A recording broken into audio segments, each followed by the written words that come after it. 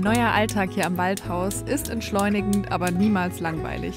Jeder Tag beginnt anders, je nachdem, was vor meiner Haustüre so passiert. Mal hat es zu viel geregnet und irgendwas ist überflutet, mal zu wenig und ich muss alles ausgiebig gießen. Irgendein Tier hat meinen Kompost auseinandergezerrt. Im Blumenbeet gibt es mal wieder eine Schneckeninvasion oder es ist mal wieder etwas Neues reif, das geerntet werden möchte.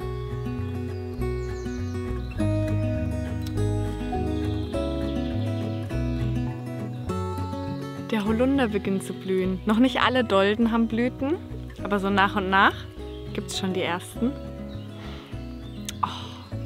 Ich versuche den Alltag hier so romantisch wie möglich zu gestalten und das ist auch nötig, weil es auf der anderen Seite so viele offene Baustellen gibt, die auf mich warten. Am liebsten hätte ich gern immer alles fertig und erledigt. Dabei ist, wie man so schön sagt, der Weg ja das Ziel und das versuche ich zu zelebrieren, wo es geht.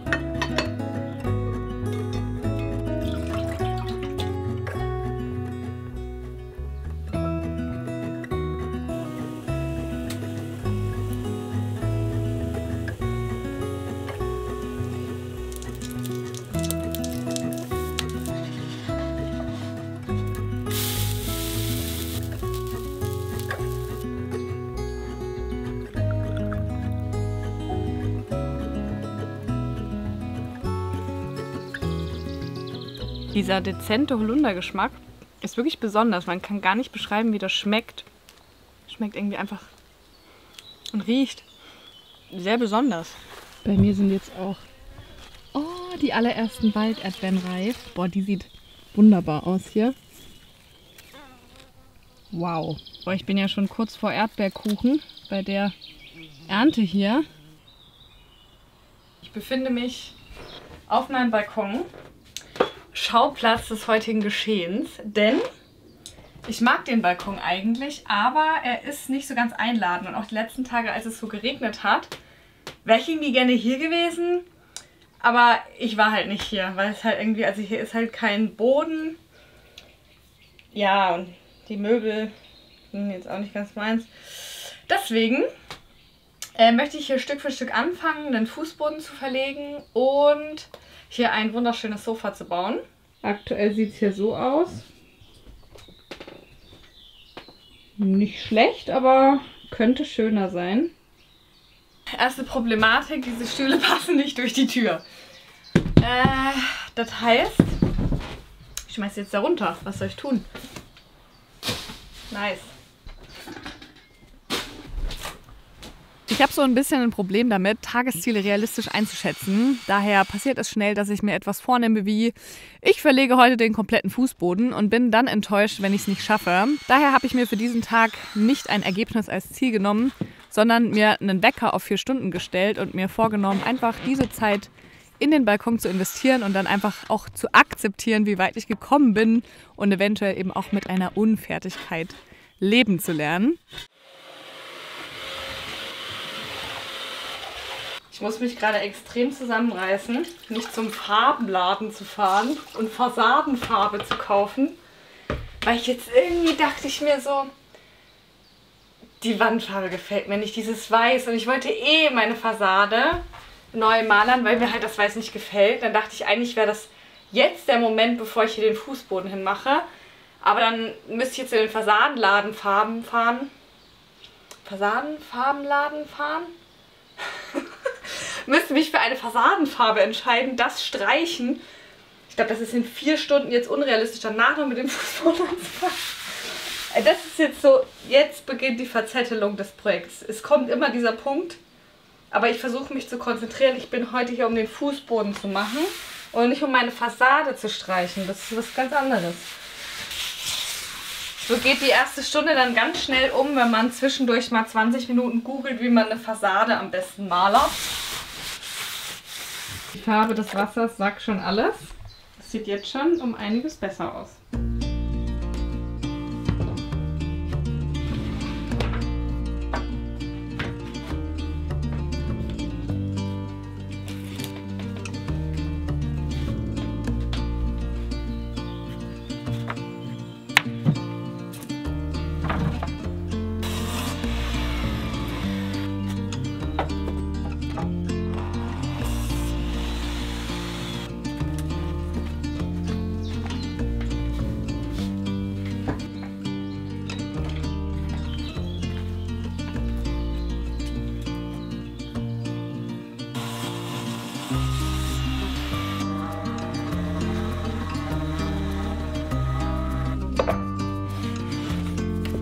Ich versuche, dass überall ein bisschen Platz ist. Also jetzt hier von Brett zu Wand, aber auch zwischen den Brettern dann, damit das Holz halt noch ein bisschen arbeiten kann. Ich hatte jetzt eigentlich eine ganz gute Idee, weil eigentlich wollte ich von da hinten anfangen, jetzt hier vorzulegen. Aber dann weiß ich nicht so genau, wie ich am Schornstein hier ankomme und riskiere, dass ich aus irgendeinem Brett dann mit dem Multitool so eine ganz komische Ecke aussägen muss. Deswegen dachte ich, ich beginne hier bündig beim Schornstein und verlege nach da vorne. Es ist nur hier so eine Ecke, die ich auch mit dem Multitool raus tun muss, aber das ist okay.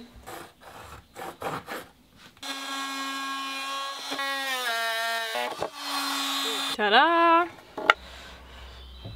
Tada!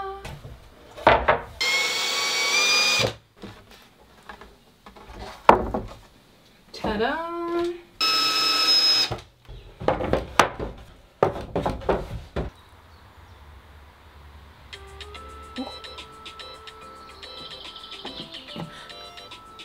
Klar. Die 4 Stunden sind um. Ich mache das mal noch fertig hier.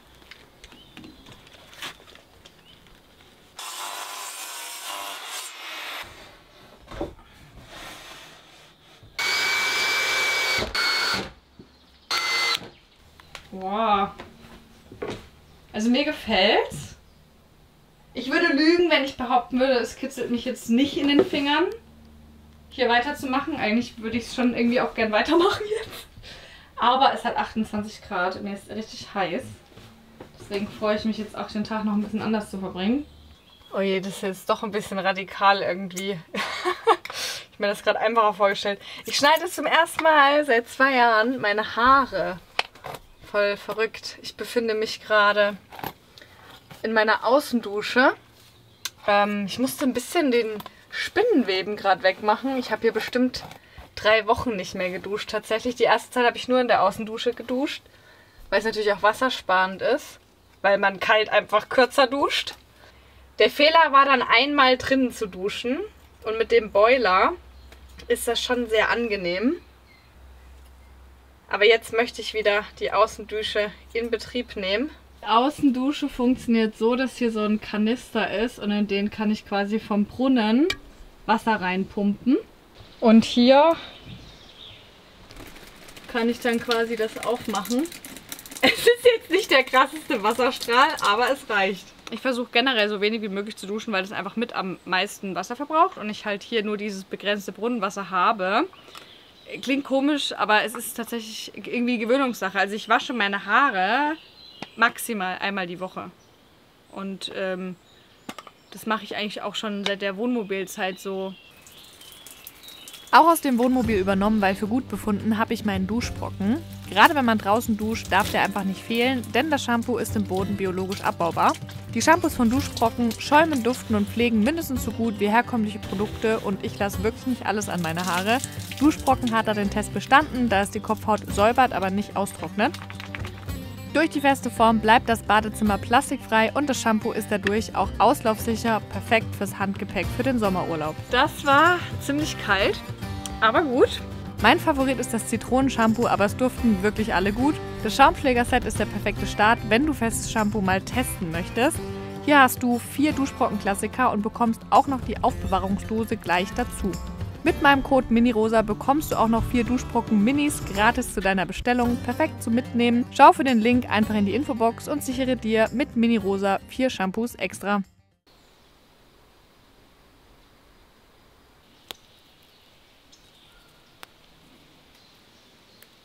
Ich sitze jetzt hier auf dem Stuhl, den ich von oben runtergeworfen habe. Die haben es gut überlebt und der passt ja einfach so gut hin. Also hier auf einmal fühle ich den Stuhl voll. Irgendwie oben habe ich den gar nicht gefühlt.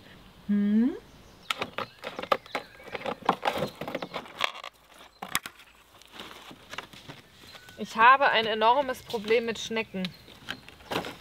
Und ich probiere jetzt hier mit so einem Schneckenzaun mein Glück. Ich will eigentlich vermeiden, irgendwie mit Schneckenkorn oder sowas zu machen.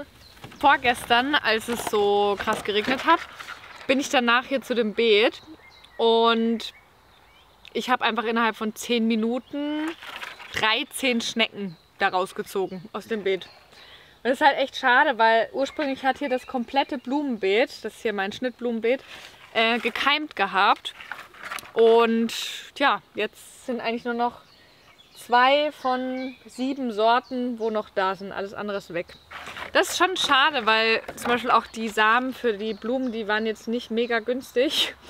Und ich habe auch keine mehr. Jetzt sind die einfach weg. So, das ist schon irgendwie schade. Da ist schon eine Schnecke, also ich glaube es ja wohl nicht, aber die wird komplett direkt eliminiert, beziehungsweise nicht eliminiert. Ich töte die natürlich nicht. Ich sammle die immer und bringe die ganz weit weg, weil ich bin nämlich nett. So sieht das jetzt aus. Also schön ist natürlich nicht. Aber die Idee ist, dass die Schnecken halt quasi nicht über so eine harte Kante kommen. Ja, wie man sieht, das sind die einzigen Blumen, die die Schnecken nicht gegessen haben. Der Rest ist weg, außer da hinten sind noch so ein paar vereinzelte. Also mal schauen. Vielleicht sehe ich noch mal was aus hier, vielleicht auch nicht. Bin jetzt gerade noch ein bisschen unentschieden und deprimiert. Aber gut, das gehört auch dazu. Wie Sie sehen, sehen Sie nichts. Was leider auch den Schnecken zum Opfer gefallen ist, ist mein Teekräuterbeet. Also vereinzelt sind noch ein paar kleine Pflanzen da, aber der Großteil wurde gegessen. Was auch gegessen wurde, aber von meinen Gästen hauptsächlich, ist Schnittlauch. Deswegen ich brauche dringend mehr Schnittlauch. Irgendwie alle Leute, die herkommen, stehen total auf Schnittlauch. Deswegen habe ich hier so Schnittlauch-Jungpflanzen besorgt, die ich jetzt hier mal noch dazu setze, damit mein Schnittlauch wieder ein bisschen größer wird.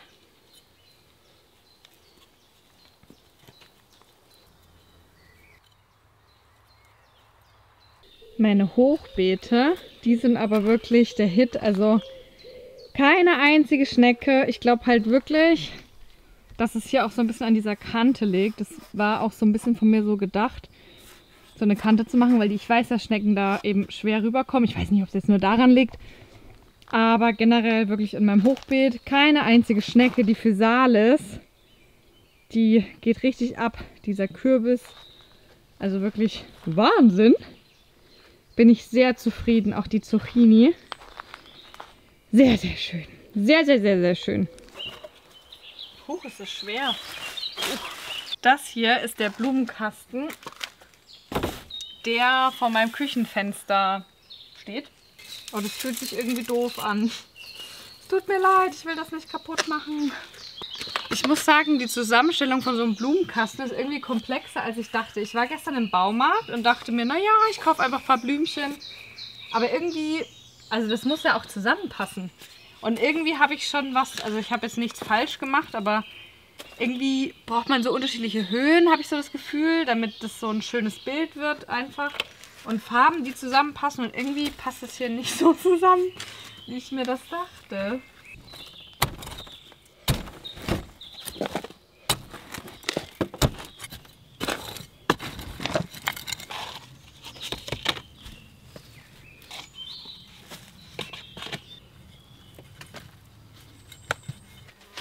Tada!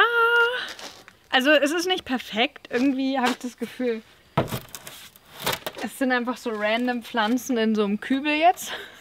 Also es könnte irgendwie eine dramaturgisch bessere Konstellation sein, die irgendwie so eine Geschichte erzählt.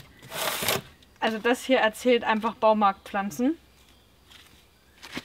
Aber gut, ich übe noch. Das ist für mich jetzt ein neues Feld mit diesen Blumenkästen. Und ich finde es ganz okay, oder? Also ich meine, es ist bunt, es ist fröhlich und viel besser als das davor. Gestern habe ich diese wunderschöne Pflanze erworben. Ich finde die super schön. Eine Taubenskabiose. Gut für Bienen und Insekten. Deswegen darf die gerne bei mir einziehen.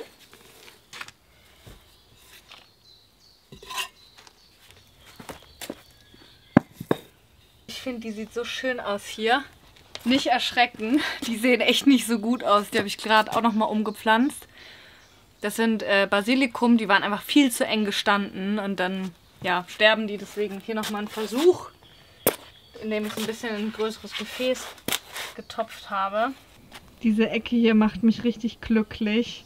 Mit den Tomaten, die schon richtig groß sind. Und dann hier diese süßen Blümchen. Und meine Sonnenblumen, die ganz langsam groß und stark werden.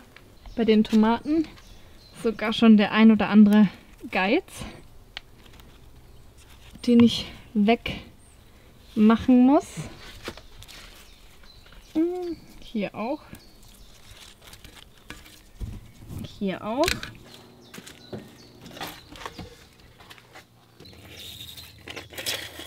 In meinem Anzuchtschrank ist auch noch erschreckend viel los. Oh nein! Och nö! Oh Mann! Die Wassermelone! Ob die es nochmal packt? Hoffnung stirbt zuletzt. Das ist richtig schnell gekeimt. Das hatte ich erst von einer Woche vielleicht ausgesät. Hier sind auch noch Kapuzinerkresse. Kann man einfach nie genug haben. Was ist das denn? Oh, nein! Eine Schnecke. Schon wieder? Also, es ist wirklich unterhaltsam, wie man so in Rage gerät. Was sollte das überhaupt werden? Keine Ahnung.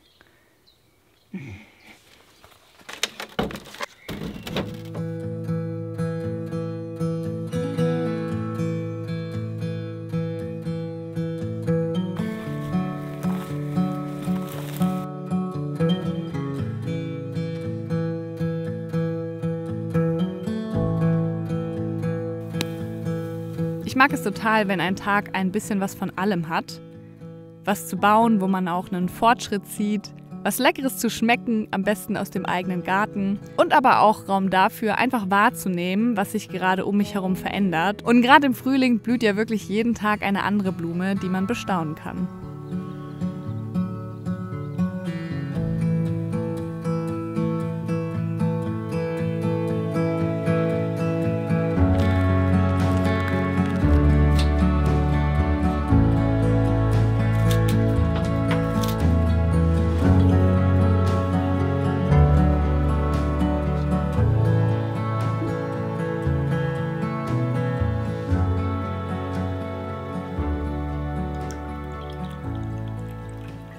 Ich habe gerade noch mal Rhabarber geerntet.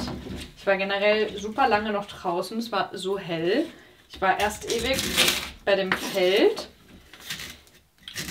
und dann noch mal im Garten. Bestimmt bis um 10 war es hell. Jetzt mache ich noch mal Sirup, damit der über Nacht ziehen kann.